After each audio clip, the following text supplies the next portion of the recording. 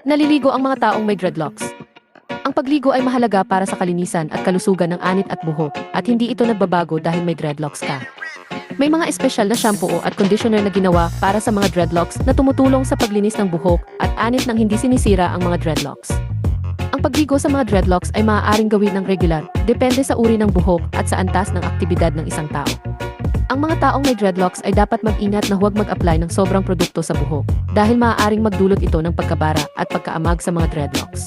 Ayon sa artikulo, inirerekomenda ng hairstylist na si Sandro Lama na maligo ang mga taong may dreadlocks ng hindi bababa sa 2 beses bawat linggo. Ipinaliwanag niya na ang malinis na buhok ay mas mabilis na magiging dreadlocks kaysa sa marumi o madulas na buhok. Dagdag pa niya na ang regular na shampoo ay maaaring magdulot ng pagkakaklum sa dreadlocks, kaya inirerekomenda niyang ihalo muna ang shampoo sa tubig bago ilapat sa buhok. Mahalaga rin na tandaan na ang pagligo sa mga dreadlocks ay maaaring mangailangan ng mas mahabang oras kaysa sa ibang mga estilo ng buhok dahil sa kanilang natatanging texture. Ang pagiging mapagpasensya at pagbibigay ng sapat na oras para matuyo ang mga dreadlocks ay mahalaga upang maiwasan ang amoy at pagkaamag.